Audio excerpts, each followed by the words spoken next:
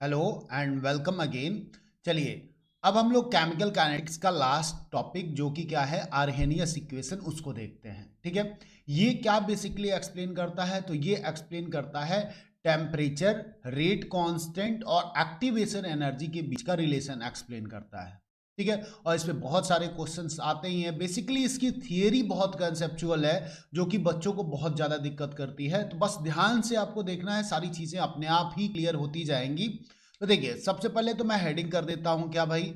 मैं हेडिंग कर दूंगा Arrhenius equation. Arrhenius equation heading हो गया। अब इसमें मैं और अगर इसको एक्सप्लेनेशन दूं तो मैं इसका क्या लिखूंगा? Temperature dependence, temperature dependence of rate constant, of rate constant, इस चीज को ये एक्सप्लेन करता है।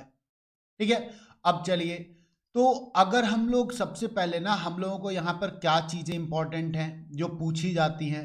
तो एक तो हम लोगों से पूछा जाता है थ्रेशोल्ड एनर्जी। बेसिकली एक नंबर का डेफिनेशन होता है बोर्ड में। और क्या पूछा जाता है? तो एक्टिवेशन एनर्जी आपसे पूछ ली जाती है, एक्टिवेशन एनर्जी। और क्या पूछा जाएगा? तो सीधे सीधे आर्हेनियस इक्वेशन ही पूछ लिया जाएगा। आर्हेनियस इक्वेशन पूछ लिया जाता है। और क्या पूछा जाएगा? तो आर्हेनियस इक्वेशन से डायरेक्टली न्यूमेरिकल्स हम लोगों के सिलेबस में बहुत रेयरली बनता है। तो जो इसका टेम्परेचर और रेट कांस्टेंट का रिलेशन है, उसके बेसिस पे हम लोगों से क्वेश्चन पूछता है। तो मैं यहाँ पे हेडिंग कर देता हूँ relation between temperature and and rate constant. ठीक है, और हम लोगों से कुछ पूछा जाएगा। जी हाँ, पूछा जाता है क्या? Activation energy based graph, based graph हम लोगों को दे देता है पैसेज में, और फिर हम लोगों को एनालिसिस करना पड़ता है। और क्या पूछा जाएगा? तो हम लोगों से बोल्ट्जमान डिस्ट्रीब्यूशन कर्व पूछ देता है।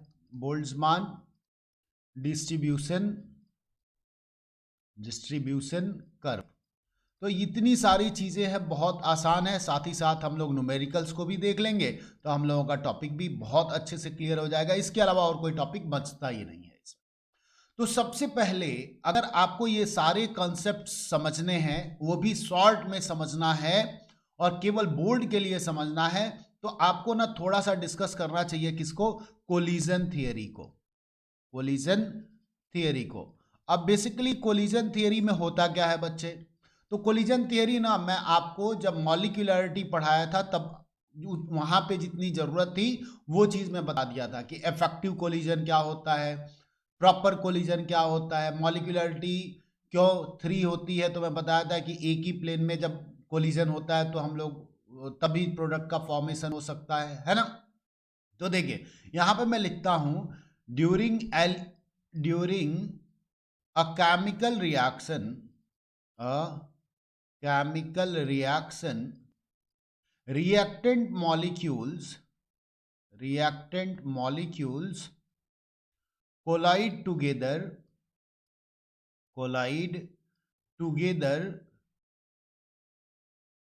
together to form, to form product। कोई केमिकल रिएक्शन अगर हो रहा होगा ना बच्चे, तो उस टाइम पे क्या होगा?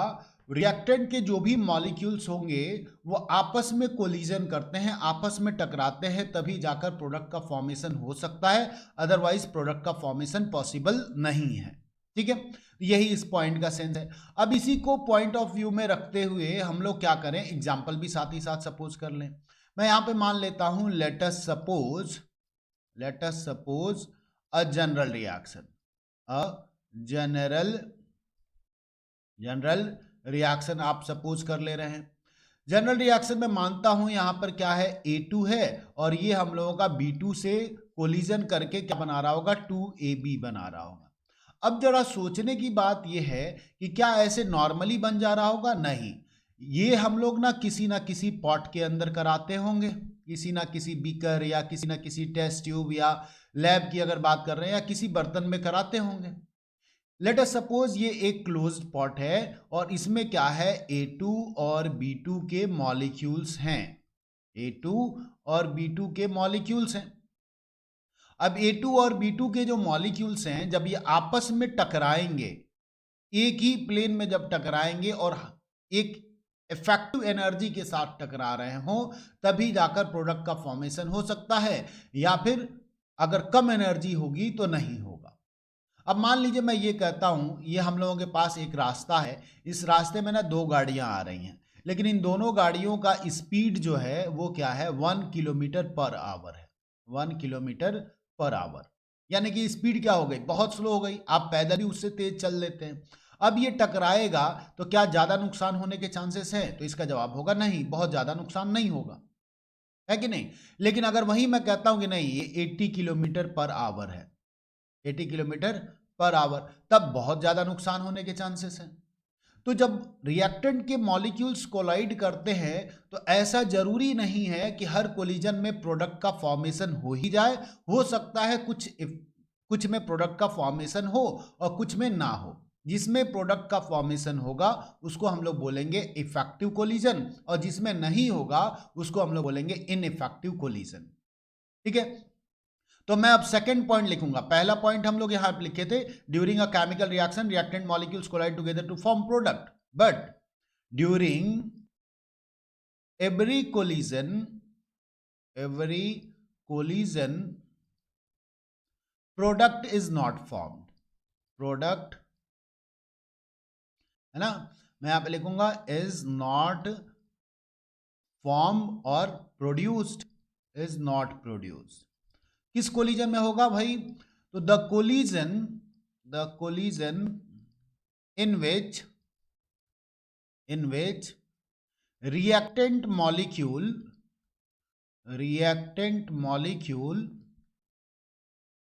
having sufficient energy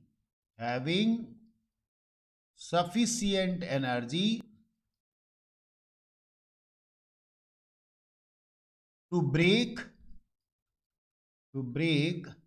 the reactant molecule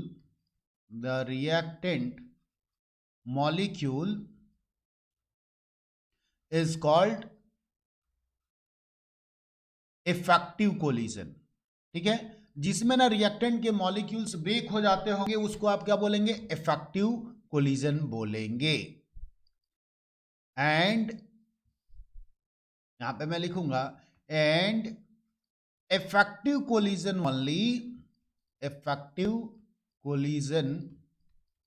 only leads to form the product। ठीक है, अब सोचो, जो कोलिजन में प्रोडक्ट का फॉर्मेशन नहीं होता होगा उसको क्या बोलेंगे? तो हम लोग लिखेंगे the collision by which product is not formed,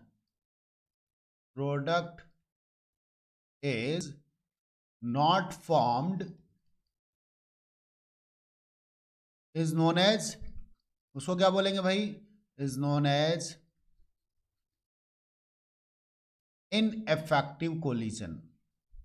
अब हम लोगों को बताइए, हम लोगों को प्रोडक्ट बनाना है या नहीं बनाना है? तो ऑब्वियसली हम लोगों को प्रोडक्ट बनाना है, यानी कि इनइफेक्टिव कोलिजन से हम लोगों को लेना देना नहीं है, इफेक्टिव कोलिजन से लेना देना है। अब मैंने बोला था कि इफेक्टिव कोलिजन में ना एक सफिशिएंट एनर्जी होनी चाहिए जिससे कि वो टकराए तो मॉलिक्यूल्स क्या हो? ब्रेक डाउन हो, है ना। तो उस सफिशिएंट एनर्जी लेवल को हम लोग क्या बोलते हैं? थ्रेशोल्ड एनर्जी, है ना। तो मैं यहां पे लिखूंगा during effective collision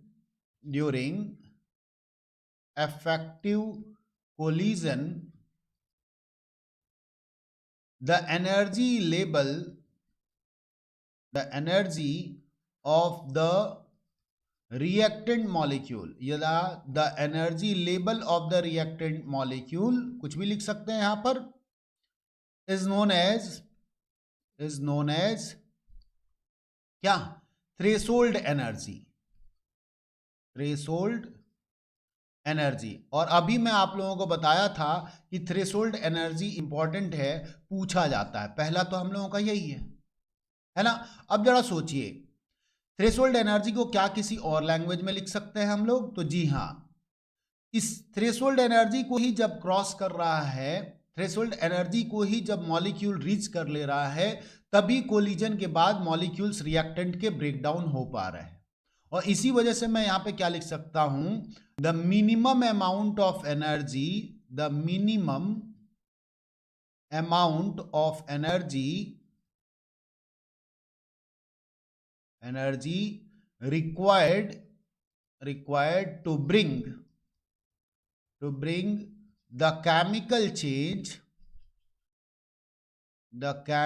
change is known as what? Threshold energy. तो ये भी हम लोगों का काम हो जाएगा, थ्रेशोल्ड एनर्जी। ठीक है, अब थ्रेशोल्ड एनर्जी हम लोग समझ गए। अब जरा इसको अगर हम लोग ग्राफिकली रिप्रेजेंट करें, मान लीजिए हम लोग जो रिएक्शन सपोज किए थे ना यहां पर, उसी रिएक्शन को हम लोग आगे लेकर चलें और फिर देखें कि क्या होता होगा। तो मान लीजिए हमारे पास A2 है और प्लस मैंने लिखा था B2, और ये रिएक्शन के बाद क्या बना रहा था? 2AB बना रहा था। जरा मैकेनिज्म के बारे में सोचिए कि इस रिएक्शन का मैकेनिज्म कैसे हो रहा होगा।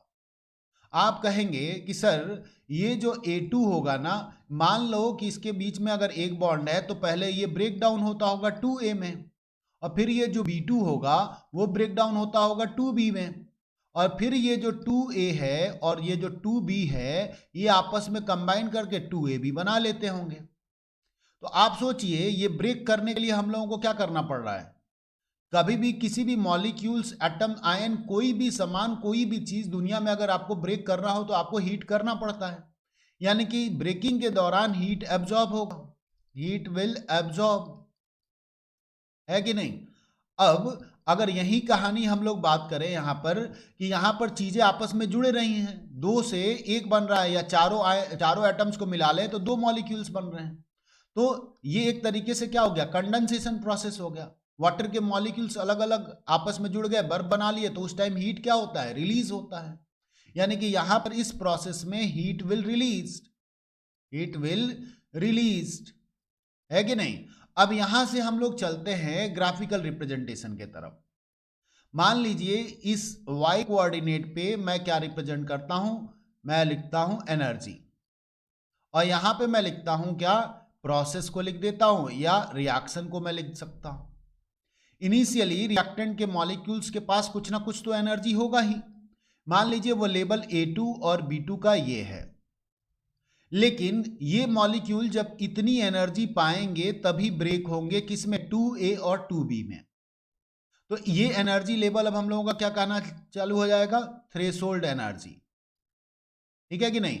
इतनी एनर्जी पाएगा तभी ये ब्रेक होगा। अब ये 2A और 2B को हम लोग, मतलब A2 और B2 को ब्रेक करके 2A और 2B बनाने के लिए इसको क्या करना पड़ेगा? इसको थ्रेशोल्ड एनर्जी को क्रॉस करना पड़ेगा या उसके इक्वल होना पड़ेगा। अब हम इसको ब्रेक करने के लिए कुछ ना कुछ एनर्जी सप्लाई करना चालू कर देते हैं। तो मान लीजिए इस लेवल से धीरे धीरे हम लोग एनर्जी बढ़ाना चालू किए, और जैसे ही ये थ्रेशोल्ड एनर्जी लेवल को क्रॉस किया, यहां पर ये ब्रेक हो जाएगा 2A एंड 2B में। अब यहां से और हीट देने का कोई फायदा नहीं है, क्योंकि और हीट देंगे तो क्या हो जाएगा? आयोनाइजेशन हो जाएगा, जो कि आप पीरियोडिक टेबल में पढ़े होंगे क्लास 11th में। आयोनाइजेशन तो करना नहीं है, अब हमको इसको क्या करना? आपस में जोड़ना है। तो अब हम इसका हीट क्या करेंगे? कम करेंगे। तो अब मैं एनर्जी लेवल इसका कम करना चालू किया। लेट अस सपोज वो इस लेवल पर आकर क्या कर लिया? 2AB बना लिया। ठीक है, अब देखिए रिएक्टेंट के पास इनिशियली एनर्जी इतना था, और प्रोडक्ट के पास इनिशियल, बाद में प्रोडक्ट का फॉर्मेशन हुआ तो एनर्जी इतना हुआ, तो नेट रिएक्शन क्या हुआ? डेल्टा H जो है रिएक्शन का वो क्या हुआ? नेगेटिव हुआ। ओवरऑल प्रोसेस में एनर्जी रिलीज हो रहा है, यानी कि ये रिएक्शन कैसा रिप्रेजेंट कर दिया मैंने? एक्सोथर्मिक मैंने रिप्रेजेंट कर दिया। अब आप और सोचिए कि अगर ये एनर्जी लेवल यहीं पे कहीं ऊपर रह गया होता तो उसको हम लोग क्या बोल दिए होते कि इतना एनर्जी ओवरऑल प्रोसेस में एब्जॉर्ब हो गया, और अगर इधर रहा होता तो डेल्टा H क्या हुआ होता? पॉजिटिव हुआ होता। तब हम लोग क्या कहते हैं कि रिएक्शन क्या हो गया है हम लोगों का? एंडोथर्मिक हो गया है। मतलब जितना रिएक्टेंट का एनर्जी था उससे अगर ऊपर एनर्जी लेवल पे ही प्रोडक्ट का फॉर्मेशन हो जाए तो वो क्या कहलाएगा, एंडोथर्मिक, और अगर नीचे होगा तो वो क्या कहलाएगा, एक्सोथर्मिक। अब यहां पर बात आती है किसकी, एक्टिवेशन एनर्जी की। आपने जो भी हीट दिया है यहां पर रिएक्शन को प्रोसीड कराने के लिए इतना एनर्जी आपने अपने पास से दिया था, तो यही इस रिएक्शन का क्या हो गया, एक्टिवेशन एनर्जी हो गया। क्लियर है, चाहे वो एंडोथर्मिक रिएक्शन हो या एक्सोथर्मिक रिएक्शन हो, तो अलग अलग ग्राफ समझने की जरूरत है नहीं। तो एक्टिवेशन एनर्जी क्या हो गया, अब उसको हम लोग लिखें, तो मैं अगला पॉइंट लिखूंगा, the energy given to reactant molecule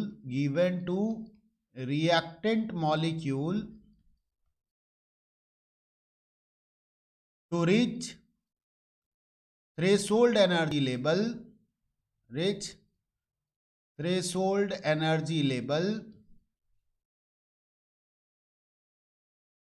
is called activation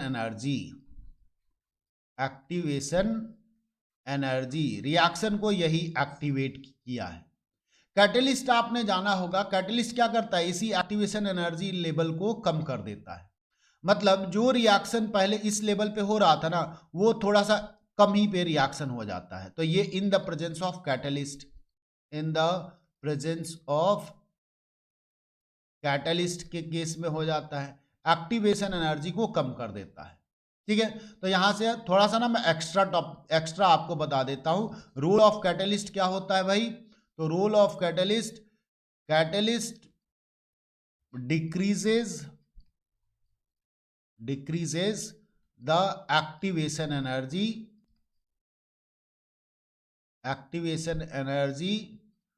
to increase the rate of reaction, ठीक है। रेट ऑफ रिएक्शन को इंक्रीज करने के लिए कैटलिस्ट क्या कर देते हैं, एक्टिवेशन एनर्जी को कम कर देते हैं। चलो, अब इसी एक्टिवेशन एनर्जी और हम लोगों का टेम्परेचर और रेट कांस्टेंट में रिलेशन बताया था किसने, तो आर्हेनियस ने। अब देखिए, एक्टिवेशन एनर्जी हो गया, ये हो गया। अब हम लोग आर्हेनियस इक्वेशन पढ़ेंगे, और ये ग्राफ हम लोग एक्टिवेशन एनर्जी का देख ही लिए, तो ये भी हम लोग कर लिए, है ना। तो आर्हेनियस इक्वेशन ने क्या किया भाई, हम लोग यहां पे लिखेंगे। अब यहां पर आपका क्या हो गया, ये टॉपिक क्लोज। अब देखिए, मैं यहां पे लिखूंगा, Arrhenius introduced the quantitative relationship between activation energy, rate constant K and temperature। ठीक है, इनके बीच में रिलेशनशिप किसने इंट्रोड्यूस किया, आर्हेनियस ने। क्या इक्वेशन था, तो हम लोगों को इक्वेशन दिए थे K इक्वस टू AE और power minus EA upon RT। यही है हम लोगों का आर्हेनियस इक्वेशन। इसमें कौन सी चीजें क्या है, तो K हम लोगों का ऑब्वियसली रेट कांस्टेंट ही है। A को हम लोग बोलते हैं आर्हेनियस फैक्टर, ठीक है। और EA, ये E जो है, ये हम लोगों का क्या होता है, एक्सपोनेंशियल फैक्टर हो गया, एक्सपोनेंशियल फैक्टर। ये EA जो है हम लोगों का क्या हो गया, तो एक्टिवेशन एनर्जी हो गया। अभी हम लोग रिप्रेजेंट भी किए हैं एक्टिवेशन एनर्जी। R जो है वो क्या हो गया हम लोगों का, तो गैस कांस्टेंट हो गया। और T जो है हम लोगों का क्या हो गया, टेम्परेचर हो गया। ठीक है, तो ये हम लोगों का बेसिकली क्या है, आर्हेनियस इक्वेशन है। अब आर्हेनियस इक्वेशन पे हम लोगों को फॉर्मूले बड़े कम ही मिलते हैं, मतलब न्यूमेरिकल बड़ा कम ही मिलता है। हम लोगों को क्या करना है, इसी से डिराइव्ड इक्वेशन निकालना है। तो अगर मान लीजिए हम लोग लॉग ले लें, ऑन टेकिंग लॉग, तो क्या हो जाएगा भाई, हम लोगों के पास था K equals to AE to power EA upon RT था। है ना। तो मैं यहाँ पे क्या लिख दूंगा, एल एन के इक्वस टू हम लोगों का क्या हो जाएगा, एल एन ए, और ये क्या हो जाएगा सीधे सीधे minus E A upon R T. ठीक है। अब अगर इसी के बेसिस पे आपको ग्राफ बनाना हो तो ये y equals to M X, और ये क्या हो गया, माइनस सी हो गया, नेगेटिव इंटरसेप्ट आ गया, तो इसके बेसिस पे आप ग्राफ भी प्लॉट कर सकते हैं। चलो अब हम लोग यहां से अगर और आगे बढ़ें, हम लोग अगर इसके लिए दो कंडीशन बना लें, लेट अस सपोज टेम्परेचर के लिए कैसे न्यूमेरिकल आएगा उसके बारे में हम लोग देखें। एट रेट कांस्टेंट क्या, K1 the temperature is T1 and at rate constant क्या हो गया भाई, K2 the temperature is T2। अब ऐसे कंडीशन में अगर इस फॉर्मूले में हम लोग रखें तो हम लोगों को क्या मिलेगा भाई, हम लोगों को मिलेगा, मैं यहां पे लिख देता हूं, L N K one equals to L N A minus E A upon R, और टी वन हो जाएगा। ऐसे ही K2 के लिए L N K two equals to L N A minus E A upon R T two हो जाएगा। अगर हम लोगों को ये पता लगाना है कि टेम्परेचर के चेंजेस की वजह से रेट कांस्टेंट में क्या डिफरेंस आ रहा है, तो हम लोग K2 माइनस K1 कर दें, है ना। तो मैं यहां पे करूंगा L N K2 minus L N K1 equals to क्या हो जाएगा, तो L N A minus L N A, है कि नहीं। और यहां पे मैं लिख सकता हूं, इसको मैं एक साथ कर देता हूं, हम लोगों के पास और क्या था, तो minus E A upon R T two, तो minus E A upon R T two, और यहां पे माइनस, और अगेन हम लोगों को minus E A upon R T one करना पड़ेगा। अब इसको जरा समझो, ये तो हम लोगों का खत्म ही हो जाएगा, प्लस माइनस है ये, तो इसका कोई मतलब तो रहा नहीं। अब मैं यहां पे लिख सकता हूं L N K to minus L N K one equals to, और ये माइनस क्या हो जाएगा, प्लस हो जाएगा। तो मैं यहां पे लिख सकता हूं E A R T one minus E A upon R T two, है कि नहीं। अब log m minus log n क्या करते हैं आप, तो log m बाई n करते हैं, यानी कि K2 बाई K1 हो जाएगा, equals to E A upon R को हम लोग कॉमन ले लें, ई ए अपान आर, तो ये क्या हो जाएगा, 1 अपान T1 माइनस 1 अपान T2 हो जाएगा, है कि नहीं। अब जरा सोचो कि अगर हम लोगों को इसको log बेस 10 में कन्वर्ट करना हो तो 2.303 से मल्टीप्लाई करना पड़ता है, ln बेस ई रहता है 2.303, log बेस 10 हो जाता है। तो मैं log बेस 10 यूज करूंगा, तो मैं यहां पे क्या कर दूंगा, log K2 बाई K1, और 2.303 को मैं इधर लेके चला आता हूं, इक्वस टू ई ए अपान 2.303, और ये क्या हो जाएगा R, और T2 माइनस T1 अपान क्या हो जाएगा, तो T1 इंटू T2 हो जाएगा। अब ये फॉर्मूला हम लोगों का हो जाता है किसके लिए भाई, तो टेम्परेचर के चेंजेस के साथ रेट कांस्टेंट में क्या चेंज आएगा उसके कैलकुलेशन के लिए। ठीक है। अब इसी के बेसिस पे अगर हम लोग एक न्यूमेरिकल देखें तो और अच्छे से कंसेप्ट क्लियर हो जाएगा। तो मान लीजिए मैं यहां पे क्वेश्चन लिखता हूं, the rate constant of a reaction is, the rate constant of a reaction is, क्या दिया है, तो 1.2 into 10 to power minus 3 second inverse दिया है। ठीक है, किस टेम्परेचर पे, तो एट 30 डिग्री सेल्सियस, एंड और क्या दिया है, तो 2.1 into 10 to power minus 3 second inverse at 40 degree Celsius. ठीक है। अब कह रहा है कैलकुलेट करिए the activation energy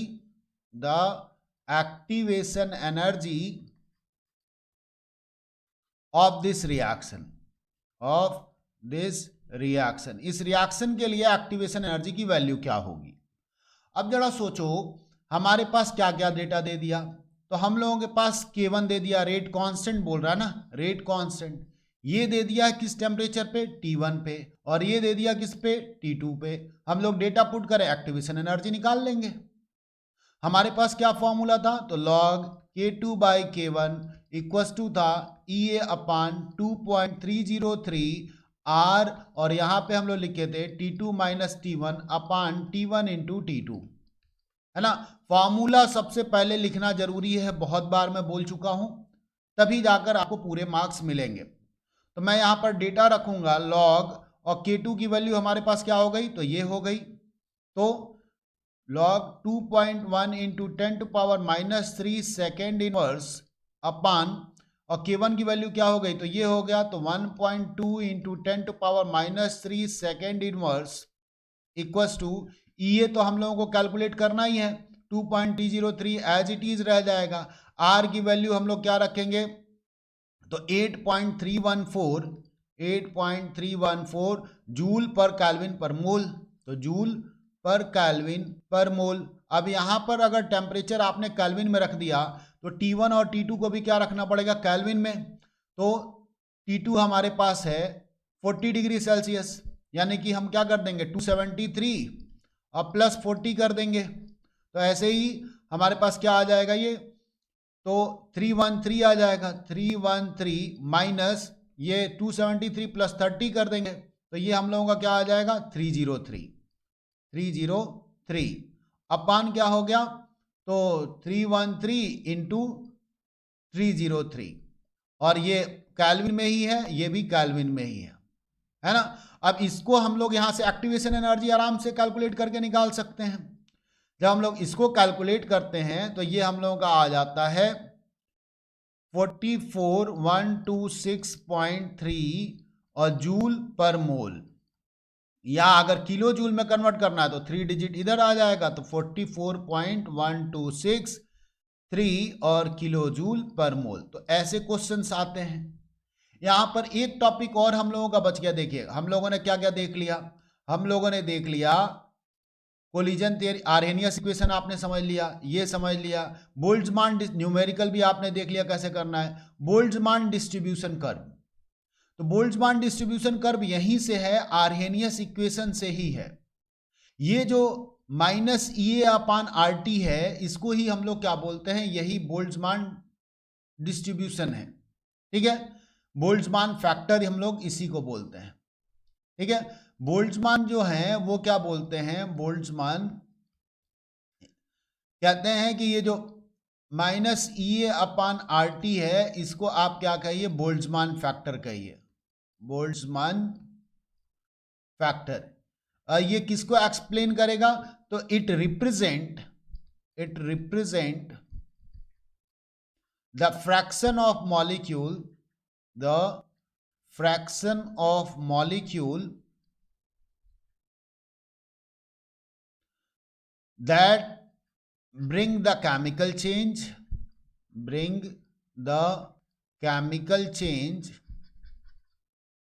during collision with respect to total number of molecule। अब आप सोचिए, आप क्या सोचते हैं कितने मॉलिक्यूल्स प्रोडक्ट का फॉर्मेशन करेंगे? तो उतने मॉलिक्यूल्स करेंगे जिनकी एक्टिवेशन एनर्जी सफिशिएंट होगी। लेट अस सपोज यह Ne है, any number of molecule have sufficient energy है, या आप क्या कह लीजिए, और हैव एक्टिवेशन एनर्जी। और NT जो हम लोग कर ले रहे हैं, ये क्या है हमारा? तो नंबर ऑफ मॉलिक्यूल टोटल, ठीक है। ये टोटल जितने रहेंगे वो, तो Ne अपान NT को ही क्या रिप्रेजेंट करता है भाई? तो ये E⁴ रिप्रेजेंट करता है। ठीक है, यही चीज हम लोगों का बोल्ट्जमान बताते हैं। अब अगर ग्राफिकली हम लोग सोचें तो आप मान लीजिए यहां पर हम लोग बोल्ट्जमान डिस्ट्रीब्यूशन को रिप्रेजेंट कर रहे हैं, फ्रैक्शन ऑफ मॉलिक्यूल को रिप्रेजेंट कर रहे हैं। ठीक है, अब जरा सोचिए क्या हर मॉलिक्यूल बना लेता है? जब कोलिजन, यहां पे ना हम लोग कोलिजन कर ले रहे हैं, यहां पे कोलिजन, और यहां पे मैं कर लूंगा फ्रैक्शन ऑफ मॉलिक्यूल। तो जब कोलिजन की वैल्यू मैक्सिमम होगी तभी Ne/Nt की वैल्यू भी क्या होगी? ज्यादा होगी।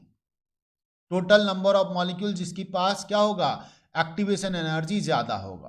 तो कोलिजन जब ज्यादा होगा, मान लीजिए इस लेवल पे कोलिजन बहुत ज्यादा हो गया, तो यहीं पे Ne/Nt की वैल्यू भी क्या होगी? हम लोगों की ज्यादा होगी, नहीं तो वो कम होती जाएगी। तो यही हम लोगों का Ne/Nt को रिप्रेजेंट करता है, या इस लेवल पे प्रोडक्ट का फॉर्मेशन होता है। क्लियर है?